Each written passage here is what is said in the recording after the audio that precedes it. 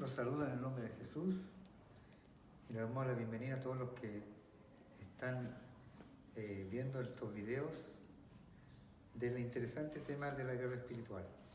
Hoy día vamos a continuar con el número 2, el capítulo número 2, que se titula 3 principios de la guerra espiritual, con la cita bíblica de Efesios 6, 10 al 12. La versión dice, de Reina Valera dice, en el nombre de Jesús: por lo demás, hermanos míos, fortaleceos en el Señor y en el poder de su fuerza, vestíos de toda la armadura de Dios, para que podáis estar firmes contra las acechanzas del diablo, porque no tenemos lucha contra carne y sangre, sino contra principados, contra potestades, contra los gobernadores de las tinieblas de este siglo, contra huestes espirituales de maldad en las regiones celestes. Como introducción vamos a decir lo que dijimos la semana pasada, si se acuerdan, hermanos, que no podemos subestimar lo que el diablo hace. Tenemos que tener siempre en cuenta lo que él está haciendo contra los hijos de Dios. Cuando el Hijo de Dios se levanta a evangelizar, él también se levanta a oponerse contra él y usa todos sus batallones y todos estos niveles que él tiene, que leímos también en Efesios, que son grados y son niveles de su poder también. Sabemos que Cristo lo venció en la cruz, despojándolos de todo poder, pero esto se trata de que cuando la persona con su libre albedrío no acepta, es porque también está en tinieblas y por lo tanto el enemigo está atando a la persona y turbándolo y distrayéndolo en el mundo. Por eso la guerra espiritual se trata de lo siguiente, que es la lucha de ese poder, de esa influencia sobre la persona común. Lo que está hablando de Efesios también es la vestidura del cristiano para ir a evangelizar. El punto número 1, hermanos, es el título que tiene: solo podemos estar fuertes en el poder de Jesucristo. Solamente en el poder de Jesús podemos estar fuertes. Un poderoso ejemplo de esto es el arcángel Miguel. En Judas capítulo 9 vemos cómo Miguel, el más poderoso de todos los ángeles de Dios, no reprendió a Satanás en su propio poder, sino él le dijo: el Señor te reprenda. Y Apocalipsis 12, 7, 8 dice que en el final de los tiempos Miguel derrotará a Satanás, aún así cuando se le presentó aquel conflicto con Satanás. Miguel reprendió a Satanás en el nombre y autoridad de Dios, no en la suya propia. Es solo a través de nuestra relación con Jesucristo que nosotros como cristianos tenemos alguna autoridad sobre Satanás y sus demonios. Es solo en su nombre que nuestra reprensión tiene algún poder. El segundo punto es la armadura de Dios que nos protege. Y para hablar de la armadura de Dios tenemos que recordar, hermanos, cómo se vestían el ejército, los soldados romanos. Y San Pablo lo analiza muy bien este tema cuando habla de el cinturón de la verdad, la coraza de justicia, el evangelio de la paz, el escudo de la fe, el yelmo de la salvación. El yelmo en este caso es el casco, la espada del Espíritu y la oración en el Espíritu. Revestidos nosotros con esas armas podemos tener una gran victoria. ¿Qué es lo que estas piezas de la armadura espiritual representan para nosotros? Es la guerra espiritual. Debemos hablar la verdad contra las mentiras de Satanás. Debemos descansar en el hecho de que somos declarados justos por el sacrificio que Cristo hizo con nosotros. Debemos proclamar el Evangelio sin importar cuánta resistencia recibamos. No debemos vacilar en nuestra fe, no importa cuán fuertemente seamos atacados.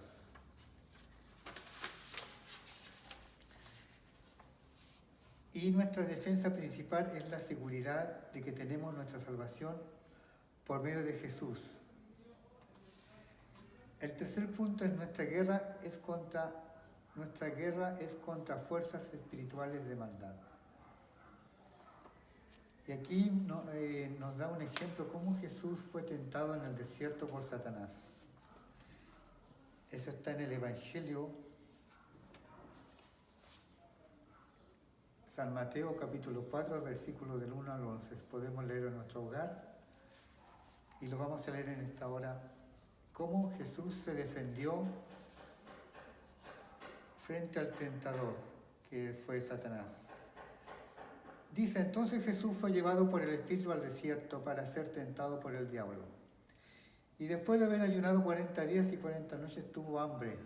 Y vino a él el tentador y le dijo, si eres hijo de Dios, di que estas piedras se conviertan en pan. Él respondió y dijo, escrito está, no solo de pan vivirá el hombre, sino de toda palabra que sale de la boca de Dios. Entonces el diablo le llevó a la santa ciudad y le puso sobre el pináculo del templo y le dijo, si eres hijo de Dios, échate abajo porque escrito está, a sus ángeles mandará acerca de ti y en sus manos te sostendrán, para que no te tropieces con tu pie en piedra. Jesús le dijo, escrito está, también no tentarás al Señor tu Dios. Otra vez le llevó el diablo a un monte muy alto y le mostró todos los reinos del mundo y la gloria de ellos. Y le dijo, todo esto te daré si postrado me adorares. Entonces Jesús le dijo, vete Satanás, porque escrito está, al Señor tu Dios adorarás y a Él solo servirás. El diablo entonces se alejó y aquí vinieron ángeles y le servían a Jesús. Como vemos, hermanos, que Satanás también usa la palabra de Dios para sus propios fines y para sus propias estrategias. El peor ejemplo de cómo envolverse en una guerra espiritual lo tenemos en los 7 hijos de Seba. Esto está en Hechos 19, 13, 16. Pero algunos de los judíos exorcistas ambulantes intentaron invocar el nombre del Señor Jesús sobre los que tenían espíritus malos, diciendo, os conjuro por Jesús, el que predica Pablo. Había 7 hijos de un tal el Seba judío, jefe de los sacerdotes que hacían esto. Pero respondiendo el espíritu malo dijo, a Jesús conozco y sé quién es Pablo, pero vosotros quiénes sois. Y el hombre en quien estaba el espíritu muy malo, saltando sobre ellos y dominándolos, pudo más que ellos, de tal manera que huyeron de aquella casa desnudos y heridos. Esto lo encontramos en Hechos capítulo 19, versículo 13 al 16. ¿Cuál fue el problema? ¿Acaso los 7 hijos de Seba no usaron el nombre de Jesús? Sí, pero eso no es suficiente. Los 7 hijos de Seba no tenían una relación con Jesús. Por lo tanto, sus palabras eran carentes de cualquier poder y autoridad.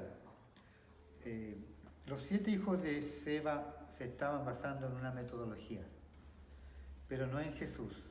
Tampoco empleaban la palabra de Dios en su guerra espiritual. Como consecuencia recibieron una humillación, una golpiza. Aprendamos de su mal ejemplo y manejémonos las batallas espirituales como nos lo enseña la palabra de Dios, la Biblia. Hermanos, como conclusión, la Iglesia en estos tiempos se está predicando y exhortando sobre estos temas